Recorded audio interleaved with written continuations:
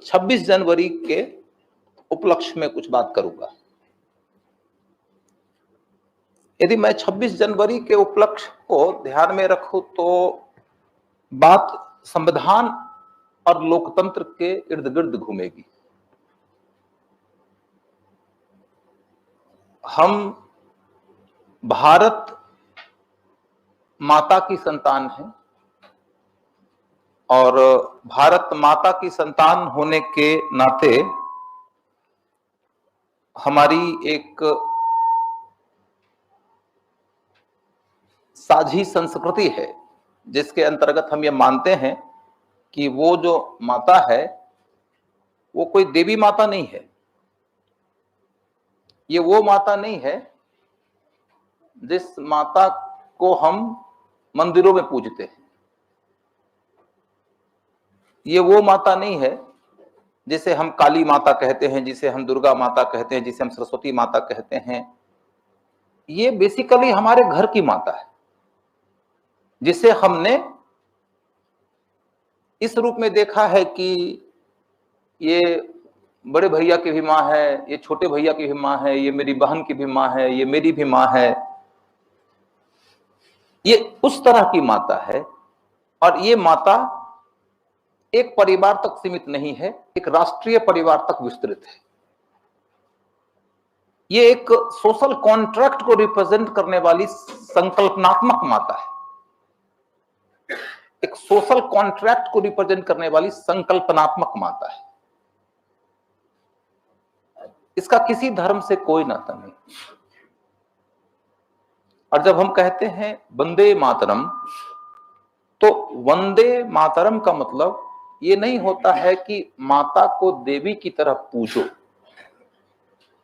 इसका मतलब होता है जैसे तुम अपनी माता का सम्मान करते हो उसी भाव से तुम भारत माता का सम्मान करो। जैसे अपनी माता का सम्मान करते हो वैसे ही तुम एक परिवार की परंपरा का अभिन्न हिस्सा बनकर सोचने लगते हो। उसी तरीके से यदि तुम भारत माता का सम्मान करते हो तो भारत रूपी परिवार का अभिन्न हिस्सा बनकर तुम सोचने लगते हो। उसका किसी धर्म से कोई अपनापन और परायापन नहीं है। अब कोई ये कह सकता है कि ये जो वंदे मातरम का गीत है इसे रचने वाले बंकिम चंद्र थे और बंकिम चंद्र की जो रचना है उसमें कुछ बातें ऐसी भी है जो मुस्लिम विरोध में जाती हैं। बंकिम चंद्र तक सीमित नहीं है गीत। अब ये जो आदमी बंकिम चंद्र का नाम तक नहीं जानता है वो भी आदमी ये गीत गाता है। इस गीत का महत्व अब बंकिम के व्यक्तित्व से बहुत ज्यादा विकसित हो चुका है। इस गीत की आहुति में हजारों लोगों ने अपना प्राण दे दिया है। अब उन सबों के प्राण की आहुति पाकर उनके यज्ञ के अंदर शुद्ध होकर यह बहुत नए किस्म का संस्कार धारण कर चुका है। ये वो गीत है जो गाते हुए लोग शहीद होने जाते थे और ये वो गीत है जो शहीदों की चिताओं पर गाए जाते थे। ये वो गीत है जिसे गांधी भी गाते थे, नेहरू भी गाते थे, पटेल भी गाते थे, सुभाष भी गाते थे। और ये वही गीत है जिसे कांग्रेस के मंच से पहली बार तब गाया गया था जिस साल कांग्रेस का अध्यक्ष एक मुसलमान था, रहमतुल्लाह सयानी। तो इस गीत को आप किसी धर्म विशेष तक सीमित मत रखिए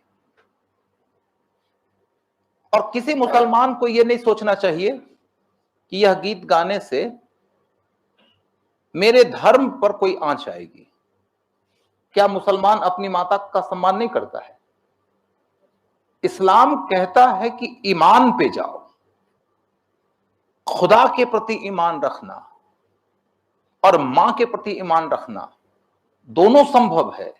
शर्त बस इतना है कि मां को खुदा न समझो। और हिंदू को भी यह बात समझ में आना चाहिए कि भारत माता एक सोशल कॉन्ट्रैक्ट को रिप्रेजेंट करने वाली माता है, संकल्पनात्मक माता है। लेकिन चूंकि हिंदू मूर्ति पूजकों का समाज है, तो वह भारत माता में कभी काली माता देख लेगा, कभी दुर्गा माता देख लेगा। तो मुसलमानों को, हिंदुओं को यह करने देना चाहिए, क्योंकि वो मूर्ति पूजकों का समाज है, वो करता है। न किसी हिंदू को मुसलमान से यह कहना चाहिए कि तुम भारत माता को देवी माता मानो, न किसी मुसलमान को इस बात से शिकायत होनी चाहिए कि ये तो भारत माता को देवी माता बोल देता है। भारत माता को तुम अपने तरीके से मानो, उसे अपने तरीके से मानने दो।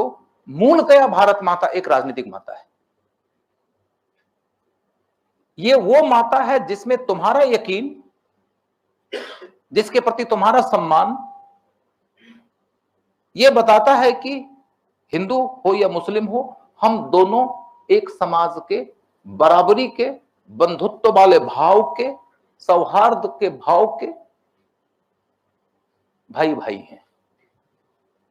इसलिए कभी भी ये सोचा ही मत करो कि वंदे मातरम बोलने से मेरे धर्म की कोई हानि होने वाली है। तुम्हारा धर्म यह कहता है कि खुदा के सिवा किसी और को भगवान की तरह न पूजो। तुम्हारा धर्म यह नहीं कहता है कि तुम मां की वंदना न करो। तुम्हारा धर्म क्या कहता है? पैगंबर मोहम्मद ने एक पाठ पढ़ाया था अपने एक साथी को, एक व्यक्ति का नाम बताते हुए कि मेरी तो अंतिम घड़ी आ गई, मैं उससे मिल नहीं पाया। पैगंबर साहब की मृत्यु नजदीक थी, मैं उससे मिल नहीं पाया। वो एक दिन आएगा काबा में जरूर। जब वो आएगा तो उसको बोलना वो तुम्हारे लिए दुआ करेगा। और जिस आदमी को बोल रहे थे वो पैगंबर मोहम्मद के सबसे निकटतम लोगों में से एक था। बहुत ही ख्याति प्राप्त मुसलमान, नैतिक जीवन जीने वाला, सच्चरित्र व्यक्ति। और उस आदमी को कह रहे थे कि तुम उसको बोलना, वो तुम्हारे लिए दुआ करेगा। बोलो वो कौन है, इतना खास क्यों है? तो उन्होंने कहा कि उस आदमी ने आज तक कभी किसी का बुरा सोचा नहीं।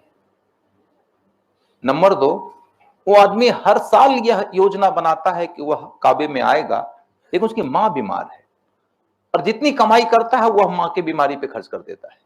और अपनी मां को देखने वाला भी वो अकेला है, वो इसीलिए नहीं आता है। एक दिन वो आएगा जरूर, और जब वो आएगा तो उसको बोलना कि तुम्हारे लिए दुआ करेगा, क्योंकि खुदा सबसे पहले उसकी सुनेगा, जो अपनी मां की वंदना करने के लिए काबे तक नहीं जाता है।